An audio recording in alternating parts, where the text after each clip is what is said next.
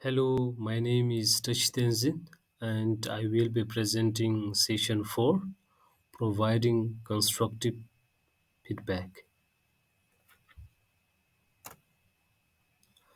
Now, the introduction to constructive feedback.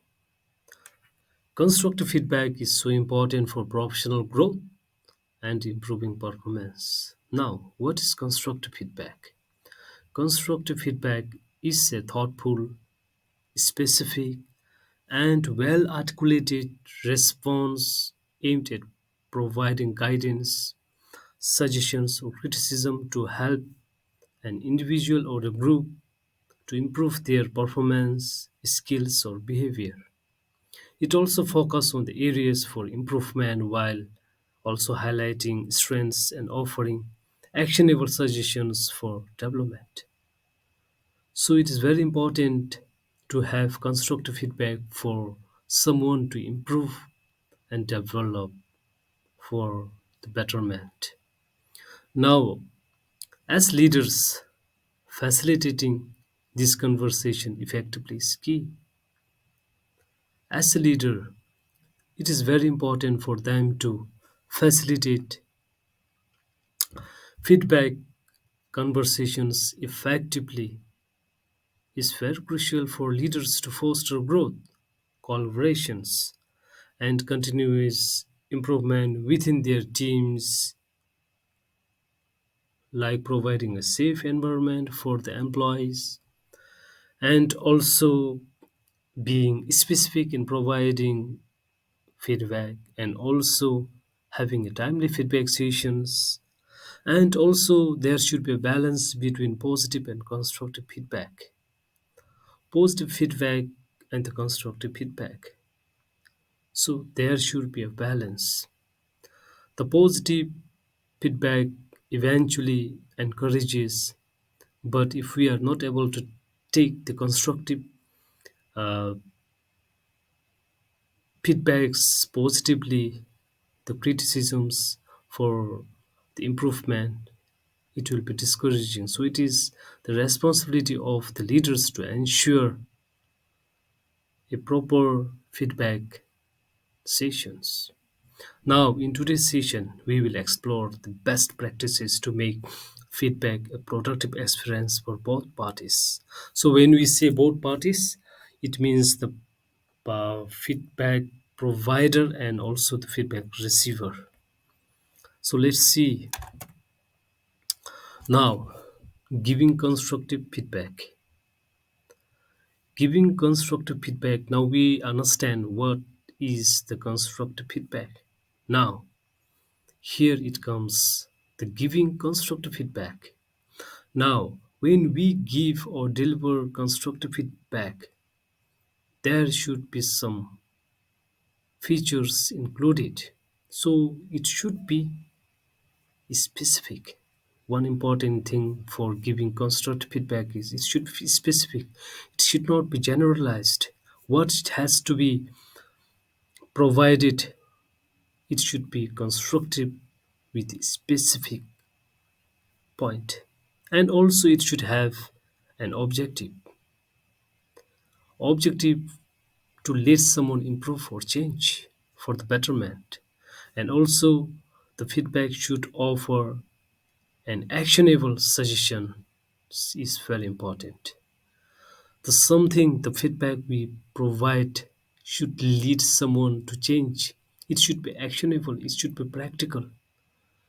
So these are the important features that we should include while giving constructive feedbacks.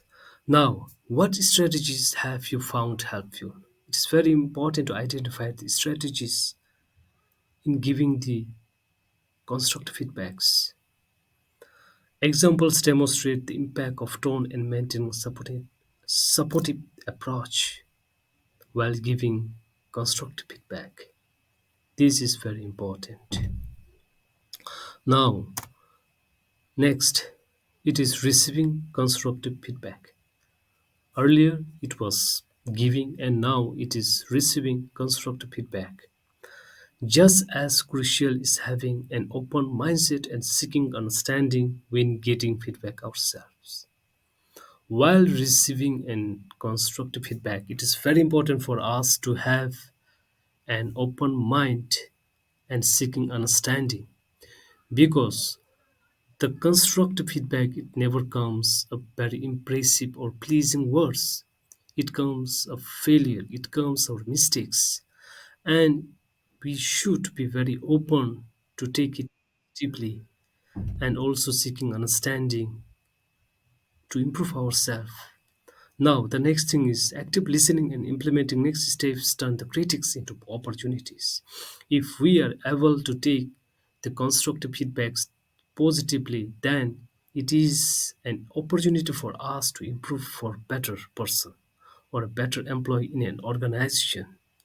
So maintaining composure despite emotions also foster accountability and progress.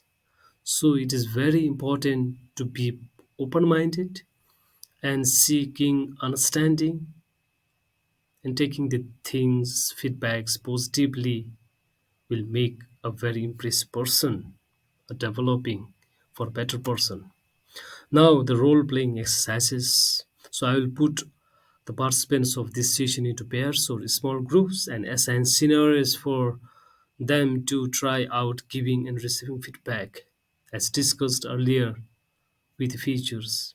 So while doing this exercise, they should apply the techniques and maintain supportive tones just as in real interactions. This is not a drama or play. It should happen as it happened in real interactions. So if you have any clarifications or need guidance, feel free during the rule. The goal is immerse practice in the lowest stakes settings. It should be practical. It should be practiced. Now, the last part of this session is for our final activity. Each person will have the chance to receive feedback from their peers. Then I will be there to facilitate open discussions and ensure that we end the session, we end the feedback received on solutions. Every feedback, constructive feedback, we should have solutions, focus note for the accountability and the growth. Before concluding, I will summarize any prominent themes in effective feedback approaches observed in the session while receiving and providing feedback.